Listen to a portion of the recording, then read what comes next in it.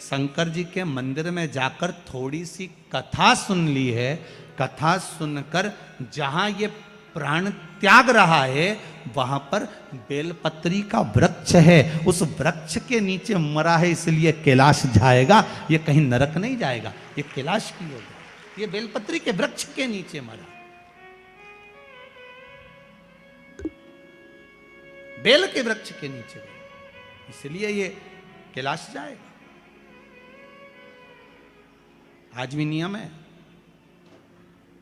कोई मरता है उसको लेकर जाते हैं, राम नाम सत्य बोलते लेकर जाते हैं, शमशान में जाने पर एक जगह पर उसको विश्राम दिया जाता है।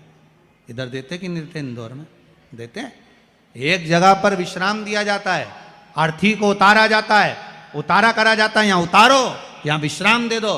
तो बच्चे पूछते हैं, पापा यहाँ पर ये दादाजी को क्यों उतारा, यहाँ बीच रास्ते में इनको क्यों रोका? तो कहा बेटा यहाँ उतारना पड़ता है, पर बच्चों को ये नहीं बता पाए कि यहाँ उतारा क्यों जाता है, क्योंकि शिव महापुराण में लिखा है कि देवराज नाम के ब्राह्मण के जहां प्राण छूटे थे वहां बेलपत्री का वृक्ष था, इसलिए हिंदू धर्म में रीति है शमशान में ले जाने से पहले कहीं पर बेलपत्री का अगर पेड़ होता था तो उसके नीचे थोड़ी देर अर्थी को रख दिया जाता था कि बेलपत्री की छांव पड़ेगी तो ये जीवात्मा नरक नहीं भोगेगी, शंकर के धाम चली जाएगी, फिर ये सुख भोगने वाली, नरक नहीं, इसको सुख का अनुभव होगा, इसको सुख की प्राप्ति होगी।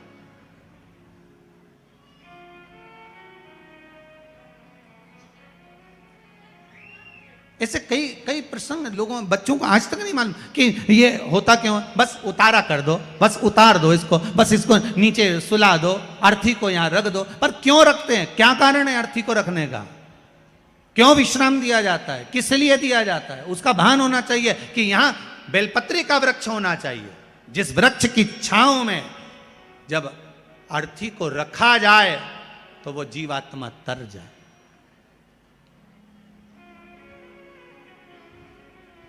कई लोग कहते हैं गुरुदेव, कई लोग तो कहते हैं कि जब व्यक्ति मरता है तो उसकी आत्मा तो चली जाती है परमात्मा की ओर, फिर उसका लाभ क्या हुआ नीचे रखने का। गरुड़ पुराण कहती है जब किसी के प्राण छूटते हैं, छूटने के बाद उस जीव आत्मा को 10 दिन तक घर की अटारी पर रखा जाता है। कितने दिन रखते हैं? 10 दिन घर की अटारी पर रखकर उस जीवात्मा को दिखाया जाता है कि तेरे परिवार वाले रो रहे कि नहीं रो रहे, भोजन कर रहे कि नहीं कर रहे, तुझे याद कर रहे कि नहीं कर रहे, उस जीवात्मा को दिखाया जाता है। जब किसी के प्राण छूटते हैं वो जीवात्मा शमशान के विश्राम स्थल तक, कौन से स्थान तक, जहां अर्थी को उतारा गया है उस स्थान तक घर से जीवात्मा वहां तक जाती है। विश्राम स्थल के बाद में शंकर भगवान उसको संभालते हैं, जीवात्मा वापिस उसकी अटारी पर आ जाती है। 10 दिन तक गरुड़ पुराण कहती है 10 दिन तक जीवात्मा अटारी पर रहती है। कितने दिन रहती है? 10 दिन। और 10 दिन के बाद में जब जीवात्मा चली जाती है तब जाकर फिर लोग अपना अपना क्रम करते हैं। इसीलिए तो 10वें दिन वो कहते हैं ना, वो घाट पे जाके होता है, क्या होता है? घाटे का काम।